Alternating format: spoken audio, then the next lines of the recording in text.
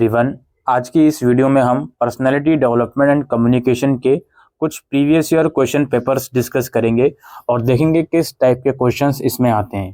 भाई exam pattern को तो मैं डिस्कस ही नहीं कर रहा हूँ, बहुत ही कंट्रोवर्शियल चीज़ हो जाती है कि सर आपने बताया था इतने नंबर का पेपर आएगा, लेकिन एक्चुअल में पेपर कुछ और नंबर का आया।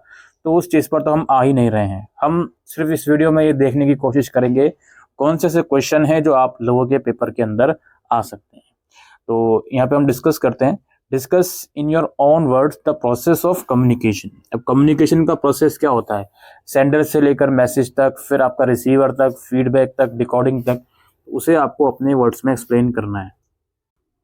फिर नेक्स्ट क्वेश्चन है, give at least 5 instances with explanation of verbal and non verbal cues which in your opinion convey a positive image during presentation.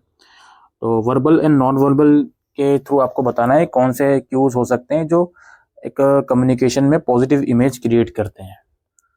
उसके बाद है, what are the benefits of team work and how can an effective team be build, give a reason answer. Team work के बारे में बताना है, team work के benefit क्या है और एक अच्छी इफेक्टिव टीम कैसे बनाई जा सकती है। उसके बाद है, describe in detail any 2 negotiation strategies and explain which you would consider most effective and Y.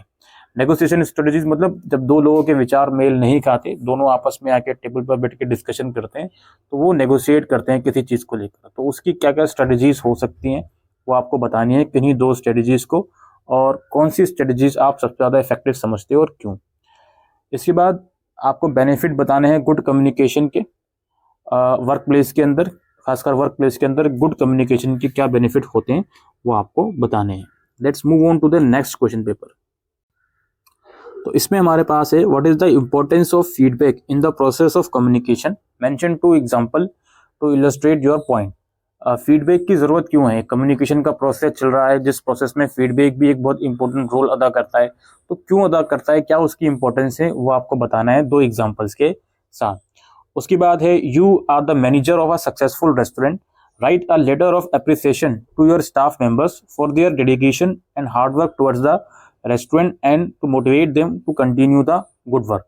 तो आप अपने स्टाफ को लेटर लिखोगे, आप मैनेजर हो रेस्टोरेंट के, कि आपका काम अच्छा है, उनको अप्रिशिएट करने के लिए, उनको मोटिवेट करने के लिए। उसके बाद explain the following with suitable example, leadership and team work और मेमोज एंड सर्कुलर्स।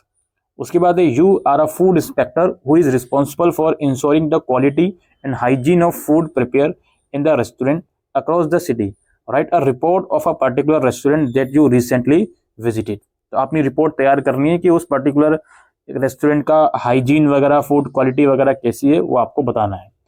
इसके बाद शॉर्ट नोट किन्हीं 2 पर, features of an effective presentation, importance of courtesy in communication और what is debate strategy of group discussion.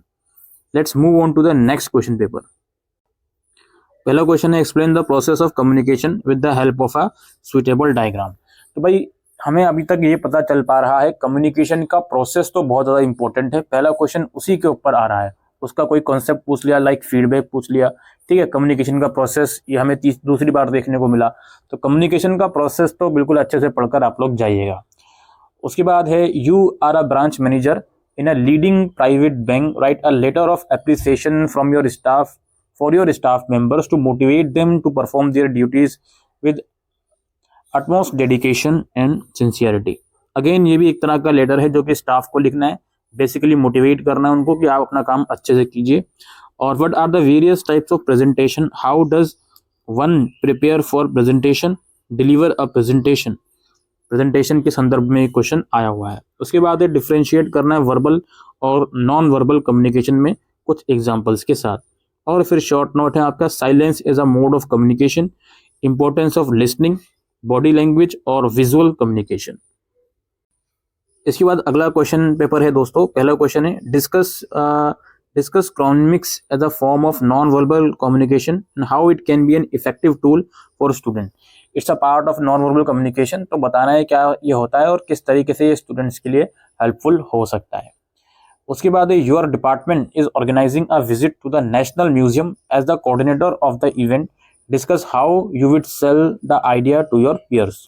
उसके बाद explain how social convention, values and perceptions affect communication. उसके बाद you conduct a blood donation drive as the president of NSS of your college. What are the points you would indicate to report about the program? Write a short note on the various barriers that can impede the communication process. तो ये कुछ questions paper थे दोस्तों personality development and communication के, और कुछ इस तरह के क्वेश्चंस हैं जो आप लोगों को एग्जाम्स में देखने को मिलेंगे। Thank you.